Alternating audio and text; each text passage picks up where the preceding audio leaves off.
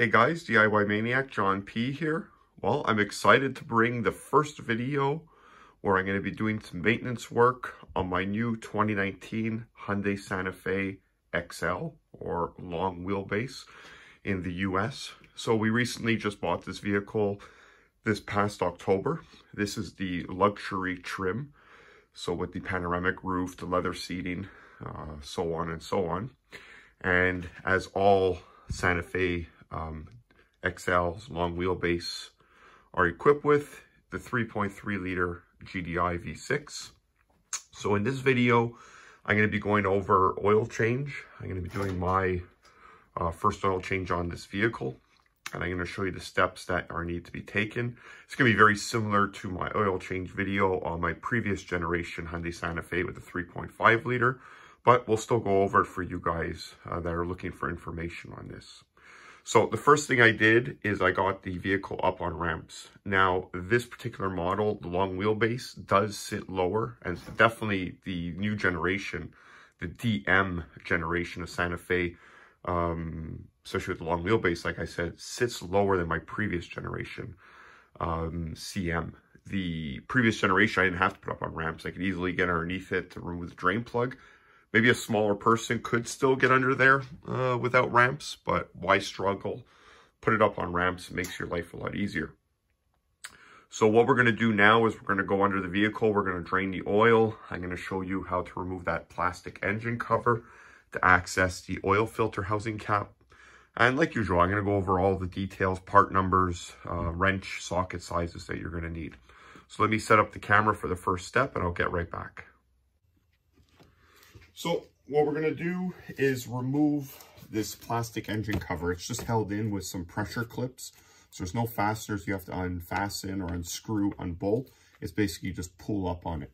So you could grab either side and you pull up in the front, put a hand here in the front. On the left-hand side, put a hand, lift up. You'll feel it unfasten or unclip. Same thing in the back. Pull up, and the cover then comes off. And you can kind of see what I was talking about, these little rubber grommets that fit in to these little posts that stick up from the engine. And that allows us to get this engine cover off, which will give us access to the oil filter housing cap. We're going to need to unscrew that in order to get the oil filter out of the housing. So now we're under the vehicle. So we're on the passenger side up front, and that's where your oil pan is going to be. You're going to see your exhaust running through. You're going to see your oil pan more situated to the passenger side of the vehicle. And what we're going to have to do now is remove the drain bolt. Now, if this is the first time you're doing the oil change on the vehicle from the factory, it might be a little extra tight. I always find factory drain bolts are put in too tight. I don't know if it's the automated machines they use, but something to keep note of. So what I like to use is a 3/8 ratchet. And in this particular vehicle, and like I think most vehicles that I've worked on, 17mm socket for the drain bolt itself. So what you're going to do is you're going to take your socket, hope my head's not blocking, put your socket on your drain bolt. Remember, righty-tighty, lefty-loosey. So counterclockwise to take off. Go and put it on, and we're going to loosen it. I already broke it free, just so you know. So it wasn't that easy just to take off. And honestly, it wasn't too bad. If you find yourself having a hard time getting the drain bolt off, I'm not a big fan of using a breaker bar and a drain bolt. What I just like to do is get my socket on with my ratchet, hold it with one hand, and then hit my hand with the other fist to kind of give it an impact motion, and that usually breaks it free. If you're having a hard time, maybe you go step up to a 1/2-inch ratchet to get a little more length on it. I'll leave that up to you guys to decide. So once your drain bolt is broken free, you're going to want to get your catch can, oil drain catch can in place to receive the oil. Remember, when the oil comes out, it's going to want to shoot much further backwards. So, you know, get ready to have to move your drain pan. I put a rubber carpet underneath the vehicle when I do oil changes because I am always messy. Doesn't matter how clean you try to be doing an oil change, you're going to make a mess. You guys who do oil changes know what I'm talking about. So we're going to loosen the drain bolt by hand until it's ready to pop out. And in one motion, we're going to pull the drain bolt and let the oil come out. Let me unscrew a little more. And there we go. And now you can see the oil coming out. I like to sit under here for a little bit because as the oil comes out, its direction of flow is going to change. So I can adjust my catch can to catch it properly. And then obviously, I didn't mention or show it, remove your oil fill cap up top to break that vacuum so the oil drains a little bit nicer and quicker. You could definitely, in the cold winter, warm up the vehicle a bit first to help the viscosity of the oil to drain. Very cold oil is a little thicker, it takes a little longer to drain. So by warming up the vehicle a bit, if it's cold outside and not stored inside, helps the oil flow a little bit better. The viscosity of that oil will be a little nicer for flowability. So we're going to let that drain until no more comes out. I'm going to take you up top and show you the next steps that we're going to be taking. So while we got our oil draining, let's get a couple of things prepared before I show you the step of removing the oil filter. You're going to want to get your new oil filter. I always use manufacturer oil filters. I don't use crappy Orange or any other big box store oil filters. I always use the original manufacturer's oil filter. If you watch my other videos, I go into more detail as to why. So from Hyundai, it's an oil filter kit. Let me see if I get the part number for you guys in there. You can see it there. It is the 26320-3CAA0. That's a genuine part from Hyundai. And what you get inside is everything you're going to need for this oil change. So you're going to get your oil filter cartridge. That's the actual filter. You're going to get 2 other components in this little plastic bag.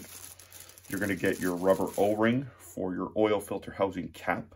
You'll see when I take the oil filter out where that goes.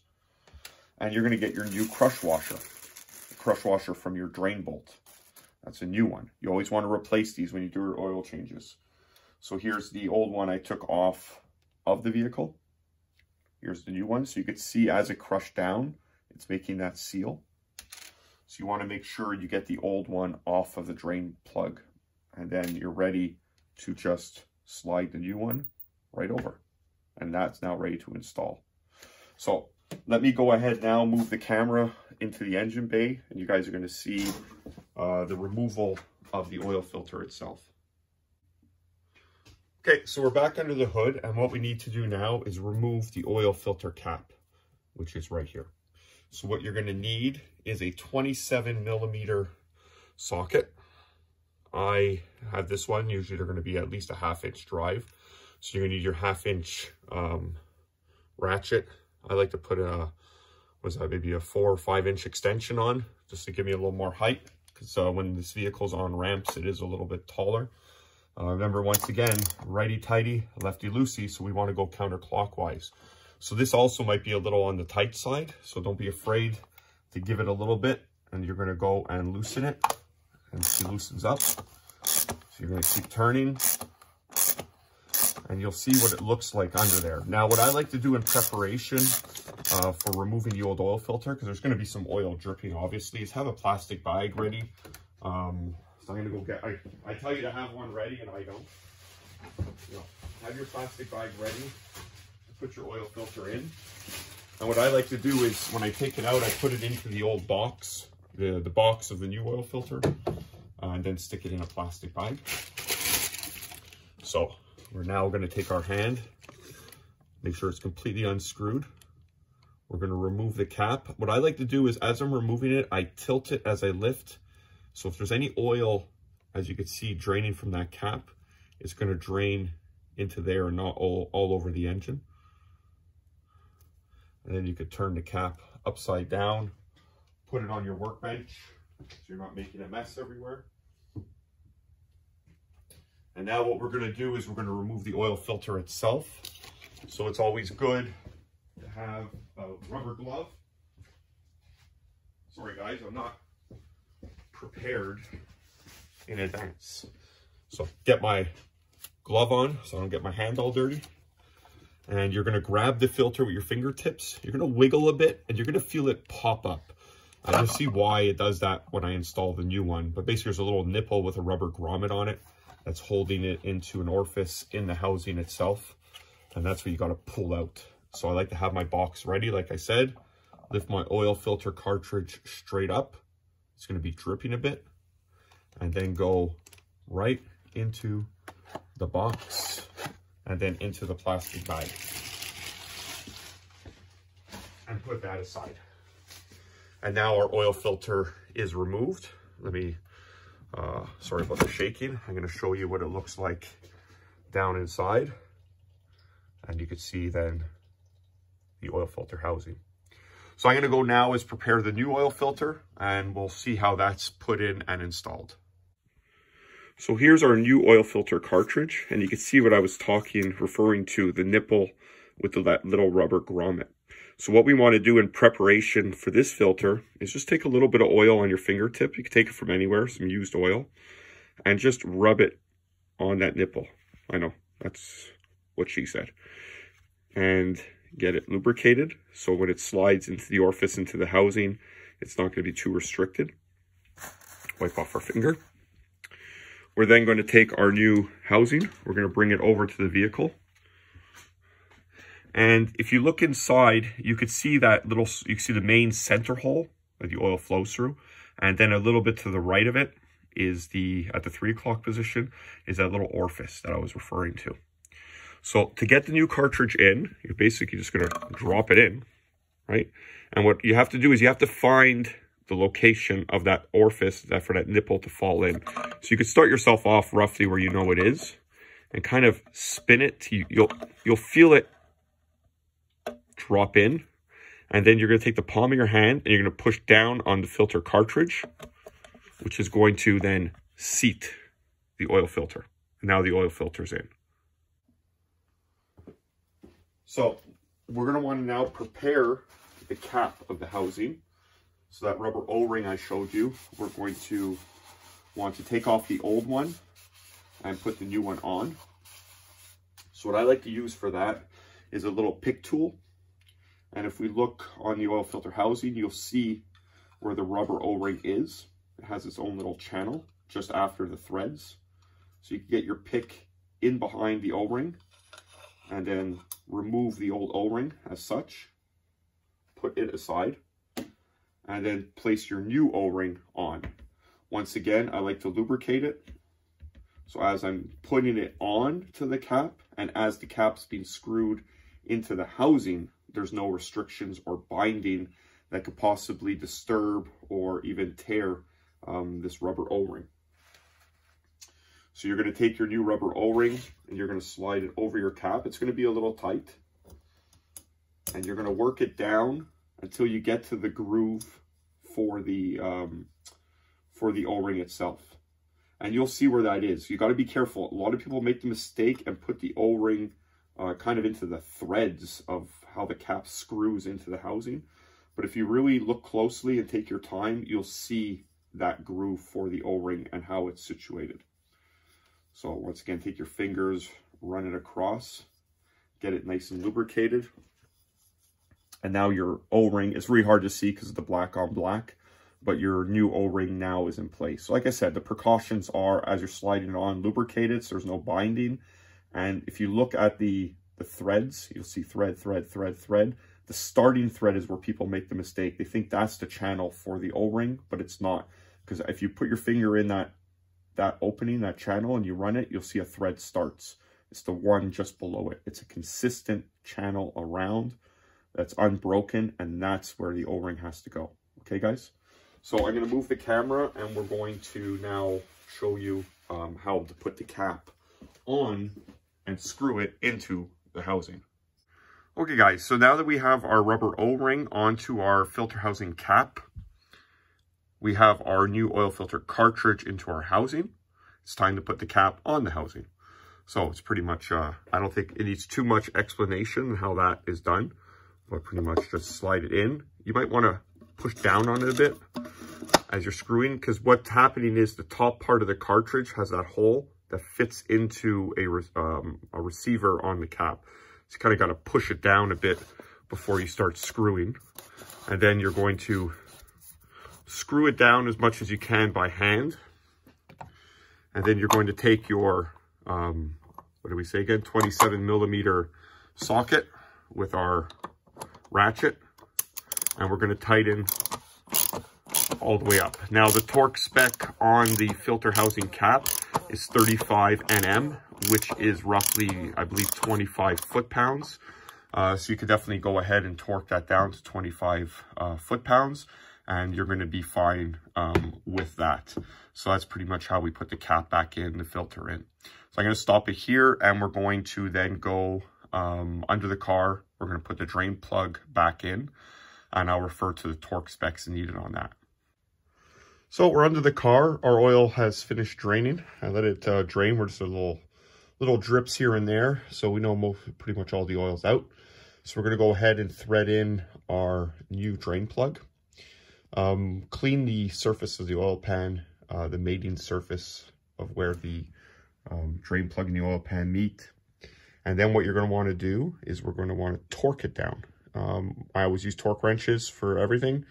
I leave it up to you if you want to or not. The torque spec on this vehicle for this drain plug is 25 to 32 foot-pounds. I go with 32. I go to the higher side in foot-pounds, and I've always done it that way on my other Santa Fe as well. Never had any issues, but it's to your discretion, of course.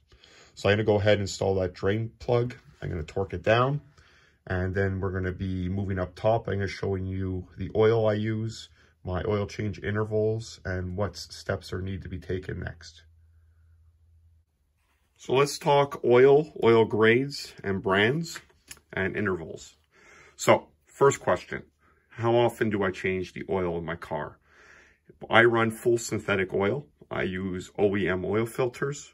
I change my oil every 8,000 kilometers, or what is that, 5,000 miles? That's the way I do it. I've always done it. So I leave that up to you guys. If I know at Hyundai, they say, you know, normal driving conditions, whatever the hell that means, 12,000 kilometers, severe, 6,000. I do it at 8,000. I feel comfortable there, and I have no issues. But I leave that up to you. Always use your discretion, do your research. For the 3.3 liter engine, Hyundai recommends 5W30. So that's the viscosity levels, 5 viscosity winter, 30 once the oil has reached operating temperature. And I use a full synthetic Castrol Edge. I've been using Castrol Edge now, must be going on 15 years, if not a little more, for all the cars I've had. Now I can't say I love it.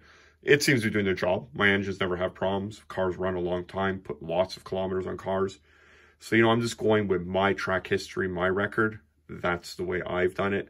I've been confident doing it that way. I've had good results, so that's the way I'm doing it. Once again, guys, do your own research. Bob the Oil Guy's website has a lot of good information on there if you want to research it yourself. So let's talk oil. So for the 3.3 liter, it's a 5.7 liter fill. What's that, 6 quarts? I don't know the exact volume in quarts. I think it's around 6, but it's 5.7 liters. So what I do is I always buy my oil when it goes on special at Canadian Tire. So especially on Boxing Day or Black Friday, even though we don't have, we celebrate Black Friday. Yes, we go off you guys.